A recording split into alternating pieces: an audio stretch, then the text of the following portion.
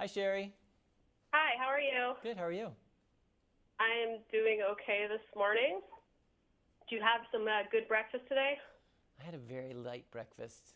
How about you? Uh, What'd you have? I just had some coffee with some Girl Scout cookie creamer in it. Oh, that sounds kind of good. I've never had the Girl Scout cookie creamer. Yeah, What flavor is it?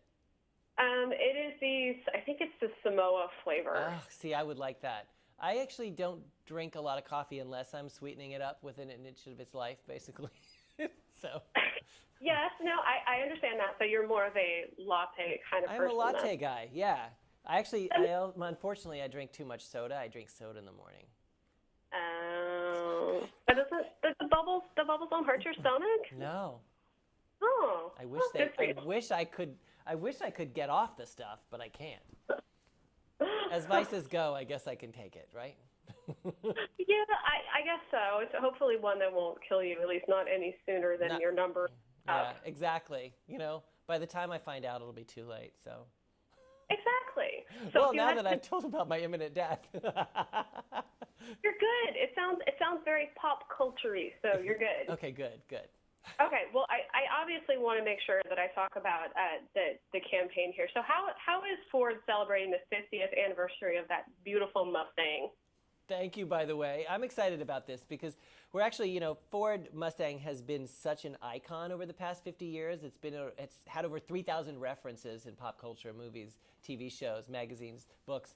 And so what we're doing is reaching out to people that are like the next movers in pop culture to determine what's new and next in this country. And so we've partnered up with a few cultural institutions to help people reinvigorate their sense of adventure. Among them are ESPN the magazine, Hard Rock Hotel and Casinos, Mashable, and Zagat restaurant guides. They are customizing driving routes for people to enjoy all over the country. So the sense of adventure that people had lost, because we did a survey, and I have to tell you about it because it's very interesting. We're reinvigorating it by getting them back out on the open road and enjoying life and kind of getting the wind back in their hair. We surveyed 1,000 people. 43% of them said that there's an inner voice that says no before they try something new.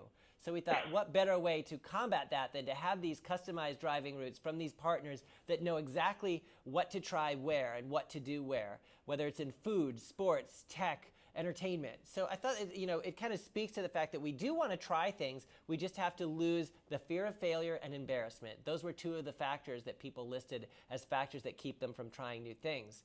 And the spirit of Ford Mustang, the Mustang car is about like getting out there, hitting the open road, having some fun, experiencing the joy of life. So I think it works together perfectly for its 50th anniversary. Cool. Okay, so what's the biggest, baddest thing on your personal bucket list? Well, okay, so I already scuba dive. I just went zip lining last week, and I'm a kayaker. I like that.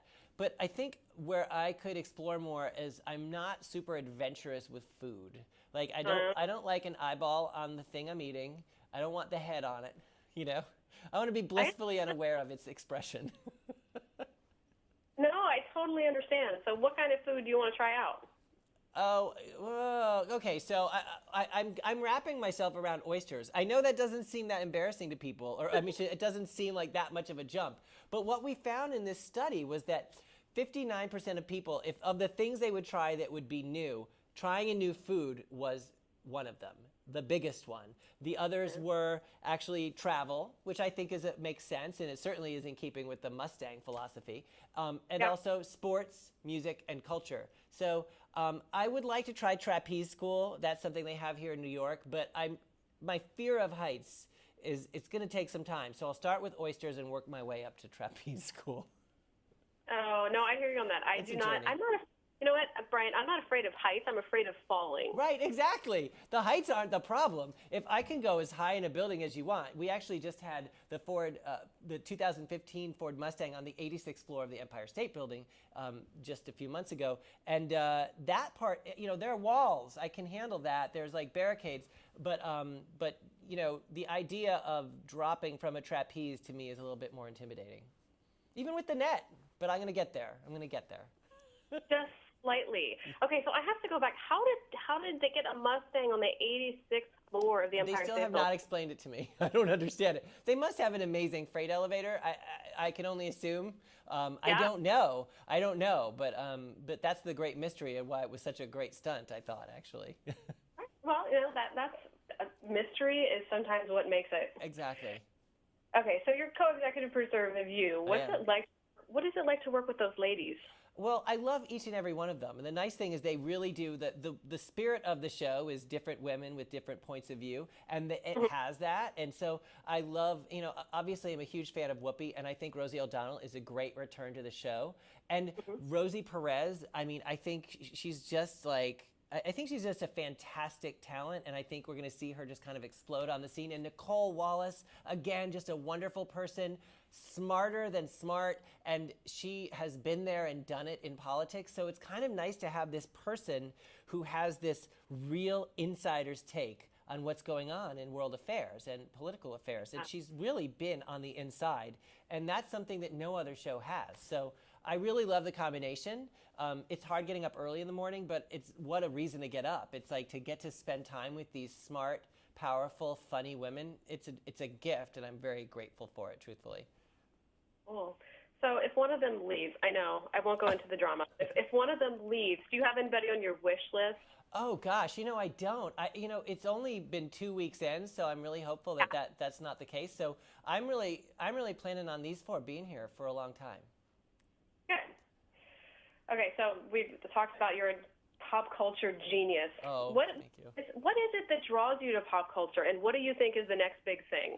Oh, that's so interesting. Well, what I think is really interesting is the way shared experiences are really driving pop culture. And, in some ways it's like, I don't really know what, the truth is I was never really that coordinated as a kid. I'm going to just tell you the truth. Like I was not, I was that kid at the kickball game that missed the ball, like the foot went into the air.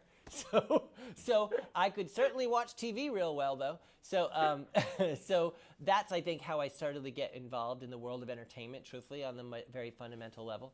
But I think ultimately, though, the shared experiences of social media and entertainment and TV and movies and even this program, in that people can share their adventures online, it's it used to be that we all watch TV live and we're like, are you watching this on TV now? Now it's changed to involve much more of sharing that experience online in the digital form and having that collective experience. So whether it's sharing an adventure to celebrate Ford Mustang's 50th anniversary or your videos that you produce and your stories on your website, you get to share your thoughts and opinions from examiner.com or wherever else all over the world. And I kind of love that part. And I think that we're only discovering what is next. Like the next thing, we don't really even know what it is yet, but it's going to change everything. Think about like 10 years ago, we weren't Instagramming. You know what I mean? Right. And now it's like my favorite thing, And so it's really interesting to see what the future brings, and technology is just getting more and more sophisticated. I keep waiting till we can beam each other to different places. Still scary, but I would like that. That would be awesome. I'm in San Francisco, and I'm from the East Coast, and it would be awesome to beam. I know. I just don't want to be the test subject. Yeah. No, thank you. Okay, so one last thing. Sure. I feel like I should pay homage to Joan Rivers since she just passed, and I know you spent some time with her. Yeah. What's the most memorable thing about her to you from your experience?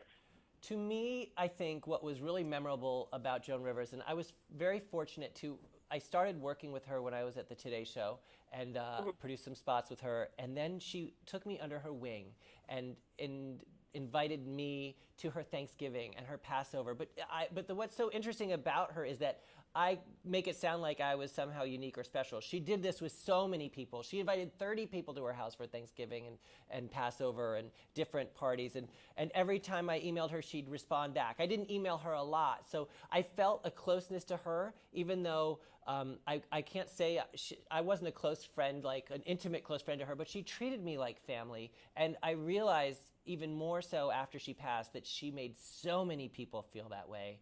And I was moved to be at the service for her, and she was just a lovely person. I think that what you saw on camera was funny and sometimes snarky, but ultimately she was nurturing and really cared about people and really gave a lot to people as well. Wonderful. And thank you for asking. Thank you for asking. It's nice for me to have that opportunity to say that too. So thank you. Oh, of course, of course. I figured that you'd have something good to say about her, and Thank like you. I said, I wanted to pay a little bit of homage to her now that she's. And we laughed right, a lot when I'll say one memorable thing. I said a joke and she laughed. When Awesome. Joan Rivers laughs at your joke, you're like, I'm kind of funny sometimes. Yeah, you feel like you kind of probably feel like you've arrived. Right. Yeah, exactly. Okay, well, Brian, thanks for your time this morning. Thank you so much. It's great to meet you. Take care. You too.